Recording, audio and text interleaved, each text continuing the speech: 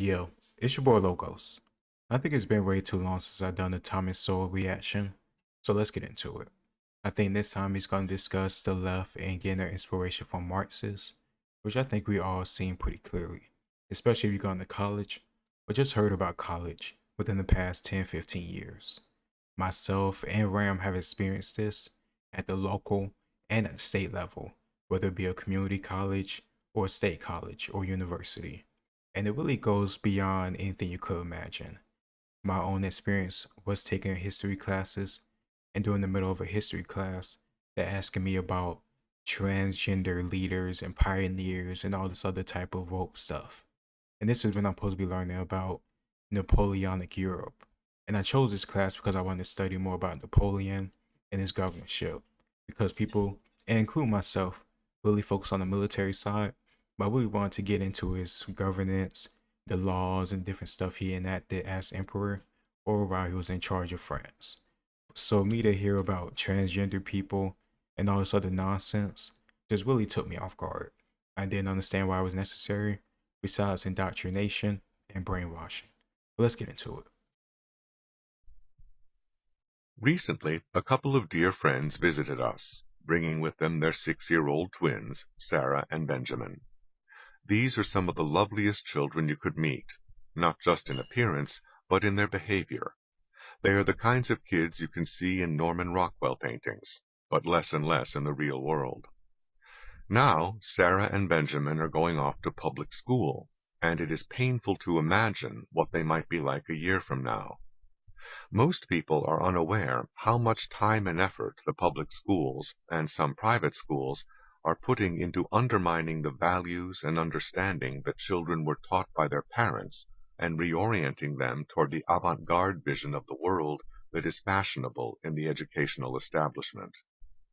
Today's educators believe it is their job to introduce children like Sarah and Benjamin to sex, when and in whatever manner they see fit, regardless of what the children's parents might think.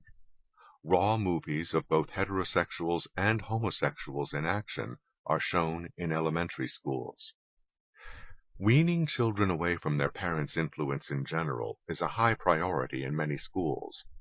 Children sit in what is called a magic circle and talk about all sorts of personal things, with the rule being that they are not to repeat any of these things to anyone outside this magic circle. Sometimes they are explicitly told not to repeat what is said to their parents. That is very, of course, that's very wrong, but also very creepy and predatory. I don't understand how any teacher could think it's a good idea to tell a young child or any student, no matter what your age, that I'm going to tell you something that you can't repeat to your parents. I've only heard that being said by people that are, predators, and that's it. I don't understand what you could possibly need to have a conversation about that is not appropriate or you're scared of the parents knowing about. If that's the case, you shouldn't just say it. Just keep it to yourself. Maybe it's not your domain. You don't have the right, nor do you have the protections to try to do type of, I don't know, go into that type of stuff. Whether it's sex or even nowadays with like the transgender type stuff, taking hormone and testosterone boosters or trying to dampen them to change into a girl. All this different type of stuff that teachers nowadays are encouraging, or even nowadays with the books in the libraries talking about body parts and sex and different genders and all this other asexual, transsexual, all this other weird stuff that just have nothing to do with your education. But for some reason, especially now, especially with colleges the way they are, my experience, and I'm sure other people too, they push this stuff on people that are older, and then they leave college and teach the younger generations or proliferate this type of ideology on social media or among their friends. And it's very, very prolific. It's pretty sad. If you go on Libs or TikTok, I've done some reactions to their content. They have multiple videos, many, many dozens and dozens of videos of teachers doing weird, inappropriate type of stuff, having conversations or getting upset with other students because they don't buy into the whole gender stuff. It doesn't matter if the kid is like elementary school, first or second grade age, or high school. These teachers are getting upset at these kids because they don't buy into the propaganda. And it's pretty damn sick. Some handbooks for teachers warn against letting parents know the specifics of what is being done and provide strategies for sidestepping parental questions and concerns. Glowing generalities and high-sounding names like gifted and talented programs conceal what are nothing more than brainwashing operations to convert the children from their parents' values to the values preferred by educational gurus. Right and wrong are among the earliest targets of these programs. There is no right way or right age to have life experiences, one widely used textbook says. Another textbook tells children that they may listen to their parents if you are interested in their ideas. What the But hell? if there is a difference of opinion, parent and child alike should see the other's point of view as different, not wrong. Sarah. It's talking like it's two grown adults that have fully developed and functioning brains and also have same or at least, you know, comparable IQ levels or understandings of the world.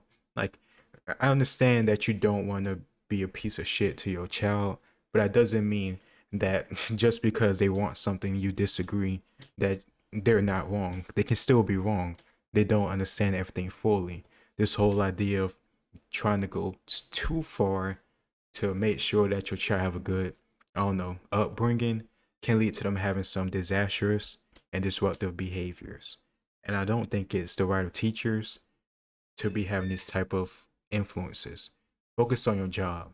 Don't try to influence their morals or their behavior in the way that you want, unless it's something about them being disruptive or being disrespectful. But if that's the case, you'll have that conversation with the parents. I'm not gonna sit here and be combative with this child and student and all this other stuff and take away time from all the other students that can't behave. He's gonna get punished. I'm gonna have a conversation with your parent, and then they're gonna help remedy this. That's how it's gonna be. But this whole idea of changing students, all this other stuff is ridiculous, especially when it comes to like stuff like sex, gender, or all the other bullshit they pushing nowadays. I don't know exactly when this book that this video is taking, the quotes and such and so forth from was released. Cause I think this is an older book. So it's not even considering the stuff that's going on nowadays or even 5, 10 years ago, I think. 'Cause I think it's much older than that. So this is like on steroids. All the stuff that he's talking about is much, much worse nowadays. But it's like I said, all the people that you've seen over the past few years or past 10 years or so, marching in the street with the Marxist flags, Antifa type people that too pussy to fucking show their faces and don't want and they want to try to attack people and hit people's cars and destroy things for no reason because people don't agree to their ideology and politics. It really makes me sick. But those are also the same type of people and college kids that are out now in the workforce or in education. And that's why all this stuff that are in the news now that people are going against, like Ron DeSantis in Florida, that's why it's being so prolific. Because the same people that were marching and chanting this bullshit 5 years ago while they was learning about it from the professors are now got their degrees and trying to influence society. Sarah and Benjamin are only 6 years old and are going into the first grade. Will any of this apply to them? Yes. There is a textbook designed for children ranging from preschool to the third grade, which tells children about their rights and about asserting those rights to parents. Whenever things happen you don't like, you have the right to be angry without being afraid of being punished, it says. In other words, don't take any guff off Mommy and Daddy. Who are Exactly. they? As another textbook says, And the parents are just supposed to move to the realm of whatever a preschooler or first grader likes. Like, seriously, did the person who wrote this bullshit have kids of their own or actually work with kids that age or actually had any hands-on experience? Like, are you kidding me? That sounds absolutely ridiculous. There's no way that person could be a teacher because then you would know kids aren't angels. They'll ask for anything that they want at the moment because they don't know any better or because they know it's bad and they think it's funny. Like, you can't just give in to whatever a child wants. That's ridiculous. parents are just ordinary people with faults and weaknesses and insecurities and problems, just like everyone else. In many of the textbooks, movies, and other material used in schools, parents are depicted as old-fashioned people who are out of touch and full of hang-ups. What these smug underminers of parents fail to understand is that the relationship of a child to his or her parents is the most extraordinary relationship anyone is likely to have with another human being. No one else is likely to sacrifice so much for another person's well-being. If the avant-garde ideas taught to children in schools blow up in their faces, it is the parents who will be left to pick up the pieces, That's a not very the good point. glib gurus. Exactly. And if those gurus have kids of their own, who you think they're gonna go to save first? Their own kids, or these kids that they don't really have a close relationship with, but they want to influence and change their behavior or talk this nonsense to them about undermining their relationship with their parents? Like, really think about it. These people, when shit hit the fan, these people really don't give a damn enough at all in comparison compared to their actual parents. But they want to say don't listen to them. It's exactly. Even if it's something not like life or death, if you need like financial help or guidance, like these people aren't going to provide it to you. They definitely not going to provide it to you in a substantial way. Definitely not a consistent type of way, especially if they have their own kids. So at the end of the day, you shouldn't listen to them. But these are young children, they're indoctrinated. They don't understand that yet. So they might believe this stuff because it gives them more agency or it makes them feel like they're more in control. They can do whatever they want, which is what they want at the end of the day. They don't care about consequences. They can't conceive of the consequences. They just want to have fun and do what they want to do in the moment. And people are preying on that. Most of the classroom teachers who carry out such educational fashions and fetishes have no idea where they originated or what their underlying purpose is. In reality, many of the techniques and strategies used to break down the child's values, personality, and modesty are straight out of totalitarian brainwashing practices from Yep. the days of Stalin and Mao.